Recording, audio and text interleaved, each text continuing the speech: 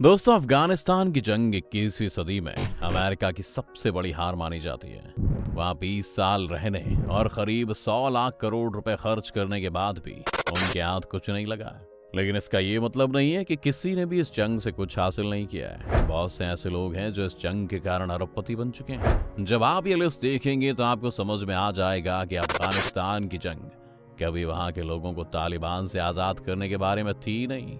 ये एक मौका था कई सारे लोगों के लिए रातों रात अमीर होने का। इन सभी लोगों ने टूटे हुए भ्रष्टाचारी सिस्टम का फायदा उठाया और अपने लग्जरी बंगलौज में आज एंजॉय कर रहे हैं। कौन थे लोग और कैसे हुए इतने अमीर, जानेंगे हम आज के इस वीडियो में। तो बस अंत तक बने रहिएगा हमारे साथ। लेकिन वीडियो शुरू होने से पहले अगर आप हमारे चैनल पर नए हैं या आपने अभी तक चैनल को सब्सक्राइब नहीं किया है तो चैनल को सब्सक्राइब करना और बेल आइकन दबाना ना भूलें। इन लोगों के बारे में जानने से पहले आपको ये जानना होगा कि गवर्नमेंट कॉन्ट्रैक्ट्स क्या होते हैं। गवर्नमेंट कॉन्ट्रैक्ट्स तब दिए जाते हैं जब सरकार किसी प्राइवेट कंपनी की मदद से कोई काम करवाना चाहती है, जैसे कि हथियार बनवाना, सोल्जर्स को खाना प्रोवाइड करना, यूनिफॉर्म्स और बुलेट प्रूफ जैकेट्स बनवाना। आमतौर पर एक ऑक्शन होता है और कंपनियां बिडिंग करती हैं। जो कंपनी सबसे कम दाम और कम समय में ये काम करने को राजी हो जाती है उसे कॉन्ट्रैक्ट दिया जाता है। लेकिन जंग एक इमरजेंसी सिचुएशन है, इसीलिए इन सब चीजों का ध्यान नहीं रखा जाता और सरकार पानी की तरह पैसा बहाने लगती है, जिसका फायदा ये कॉन्ट्रैक्टर्स उठाते हैं। इनमें से पहला नाम है रॉबर्ट स्टीवंस का, जो लॉकहीड कंपनी के सीईओ थे। लॉकहीड मार्टिन हेलीकॉप्टर से लेकर बॉम्ब्स, मिसाइल्स और हर एक चीज बनाती है। अगर आपने आयरन मैन फिल्म देखी है तो ये स्टार्क इंडस्ट्रीज की तरह है और इनके सीईओ थे रॉबर्ट। अफगानिस्तान में जंग शुरू होने से पहले लॉकहीड मार्टिन के सीईओ की सैलरी लगभग 15 करोड़ थी, जो कि काफी ज्यादा है। लेकिन जंग शुरू होने के बाद तो जैसे इनकी जिंदगी में पैसों की बाढ़ आ गई।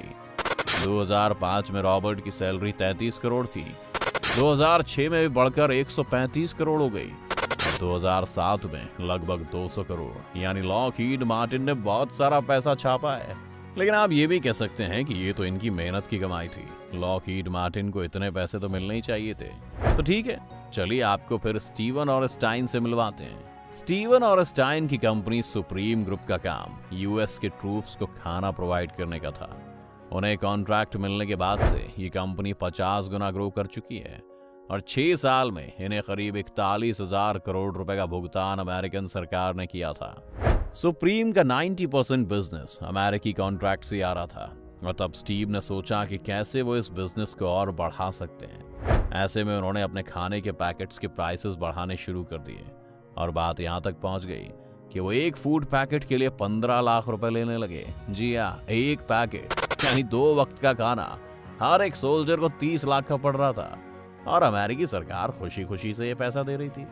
इसके अलावा वाटर और ट्रांसपोर्टेशन कॉस्ट के लिए सरकार ने स्टीवन को 10.5 हजार करोड़ रुपए दिए, जो शायद इन्हें दुनिया की सबसे महंगी केटरिंग सर्विस बना देता है। हमें इस बात का ध्यान भी यहाँ रखना है कि अमेरिकी सरकार और पॉलिटिशियंस बेवकूफ नहीं है जो इतना पैसा इन्हें पे कर रहे हैं। यहाँ पर कई सारे नेताओं और ऑफिसर्स ने इन बिल्स को क्लियर करने के लिए रिश्वत खाई होगी। पर अभी आगे बढ़ते हैं। एरिक प्रिंस एक और अरबपति है जो इस जंग में अमीर हुआ है।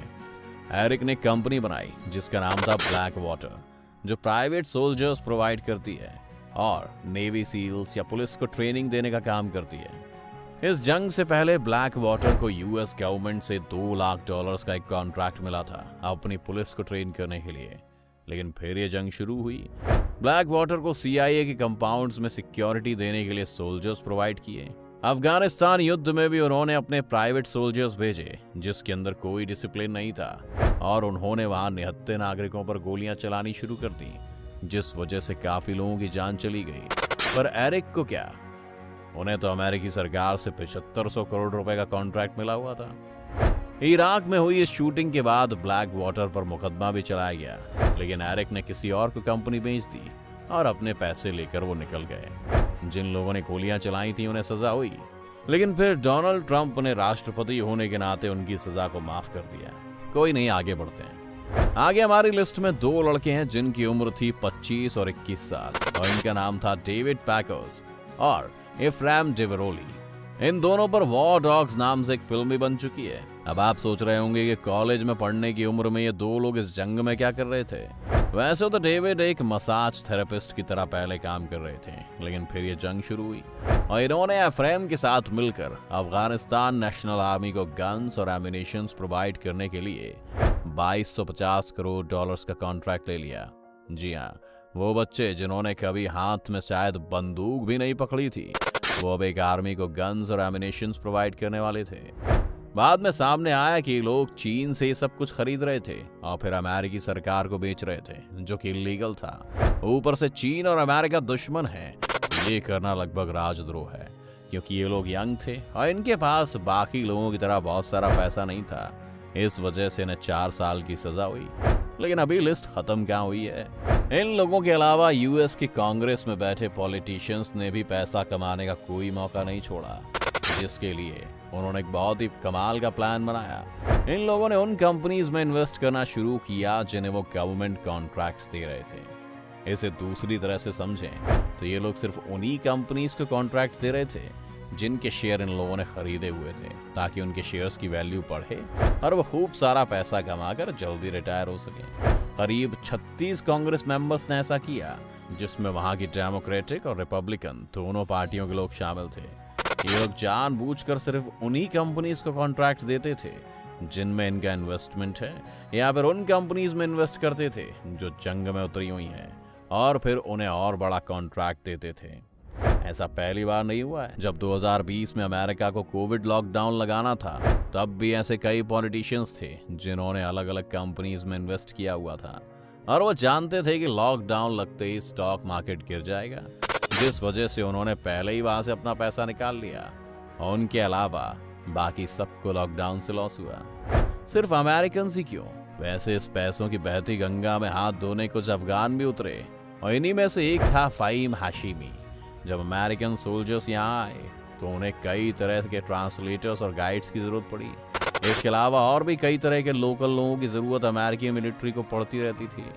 मौके का फायदा उठाते हुए फ़हीम ने एक कंपनी शुरू की और उन्हें ऊंचे दामों पर यह सर्विस प्रोवाइड करने लगा। हर साल फ़हीम की कंपनी को यूएस गवर्नमेंट 1500 करोड़ रुपए देने लगी, जिसे बाकी चीजों में इन्वेस्ट करते हुए फ़हीम ने अफगानिस्तान में अपना मीडिया नेटवर्क और एयरलाइन बिजनेस भी खोल लिया और देखते ही देखते बहुत अमीर हो गया। तो ये था अफगानिस्तान जंग का असली चेहरा। किसी को लोगों की या तालिबान की नहीं पड़ी थी, ना इन कंपनीज को, ना ये कांग्रेस में बैठे नेताओं को। सबको पैसा कमाना था, सब ने पैसा कमाया और अब अमेरिका अपना सर्कस समेट कर यहाँ से लौट चुका है। अब ये तंबू किसी और देश में लगेगा और तमाशा चलता रहेगा।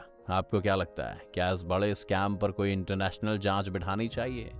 अपनी राय हमें कमेंट सेक्शन में जरूर बताएं। अगर आपको ये वीडियो पसंद आया हो तो वीडियो को लाइक करें, और अगर आप चैनल पर नए हैं या आपने अभी तक चैनल को सब्सक्राइब नहीं किया है तो चैनल को सब्सक्राइब करना और बेल आइकन दबाना ना भूलें।